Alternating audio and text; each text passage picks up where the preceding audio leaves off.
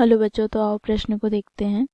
यदि दो दी गई संख्याओं में से प्रत्येक में एक जोड़ा जाए तो उनके अनुपात 1:2 हो जाता है। यदि प्रत्येक से 5 घटाया जाए तो इनका अनुपात 5:11 हो जाता है। संख्याएं हमें ज्ञात करना है। तो दिए गए प्रश्न की मुख्य अवधारणा की बात करें तो बच्चों यहाँ पर हमें दो चरों वाले रैखिक समीकरण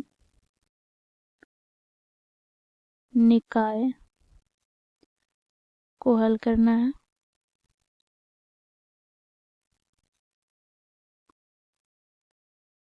तो इस मुख्य अवधारणा की सहायता से बच्चों हम दिए गए प्रश्न को हल करेंगे। तो बच्चों देखो प्रश्न में क्या बोला जा रहा है। दो संख्याएं दिए गए हैं, तो हम मान लेते हैं, माना पहली संख्या बराबर x तथा दूसरी संख्या बराबर y। अब बच्चों देखो यहाँ पर क्या बोला जा रहा है। तो दी गई संख्याओं में से प्रत्येक में एक जोड़ा जाए तो क्या हो जाएगा।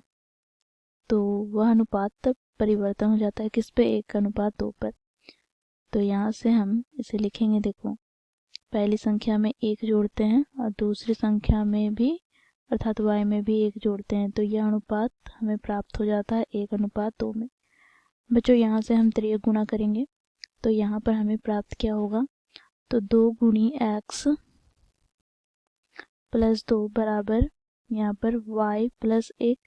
तो यहाँ से हमें प्राप्त हो जाएगा बच्चों 2 गुणी x माइनस वाई बराबर -1।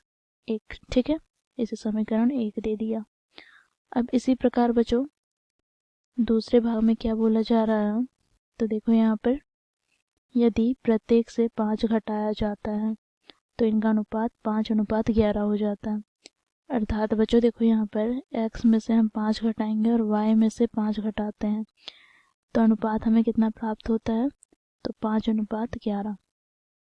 इसे हम सरल करेंगे तो 11x माइनस 55 बराबर क्या हो जाएगा। तो 5y माइनस 5 × 5 = 25। तो यहाँ से हमें प्राप्त हो जाएगा 11x माइनस 5y बराबर 55 माइनस 25। तो यहाँ से हमें प्राप्त हो गया 11x माइनस 5y बराबर बच्चों देखो 5 में 5 घटाएंगे तो 0, 5 में 2 घटाएंगे तो 3 अर्थात 30। तो ये हो गया बच्चों समीकरण 2। अब बच्चों देखो इन दोनों समीकरण को हल करने के लिए हम विलोपन विधि का प्रयोग करेंगे। तो विलोपन विधि में हम क्या करते हैं, तो किसी एक चर के गुणांक को बराबर करके उस चर को विलुप्त करते हैं और दूसरे चर का मान प्राप्त करते हैं। तो बच्चों यहाँ पर हम y के गुणांक को बराबर करके बच्चों हम इसे विलुप्त करेंगे। तो इसके लिए समीकरण 1 को हमें 5 से गुना करना होगा। तो बच्चों देखो समीकरण 1 को हम 5 से गुना करते हैं। फिर बच्चों देखो यहाँ पर हमें y वाले चर को विलुप्त करना है, तो इसके लिए यहाँ पर हम घटा देंगे समीकरण 2 को। ठीक है, तो यहाँ पर समीकरण 1 को हम जब 5 से गुना करेंगे तो हमें प्राप्त हो जाएगा क्या। तो देखो यहाँ पर 5 दूनी 10x माइनस 5y बराबर -5। ठीक है, अब समीकरण 2 में क्या है। तो बच्चों देखो यहाँ पर 11x माइनस 5y बराबर यहाँ पर 23। अब क्योंकि बच्चों यहाँ पर हम घटा रहे हैं तो इसका चिन्ह परिवर्तन हो जाएंगे। तो यहाँ पर प्लस है तो माइनस, यहाँ माइनस है तो प्लस, यहाँ पर प्लस है तो माइनस। तो बच्चों देखो -5y से +5y कट जाएगा।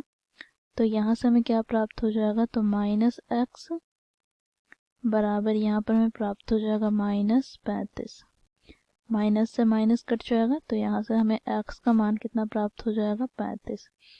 अब बच्चों देखो समीकरण हम 1 में x का मान रखेंगे।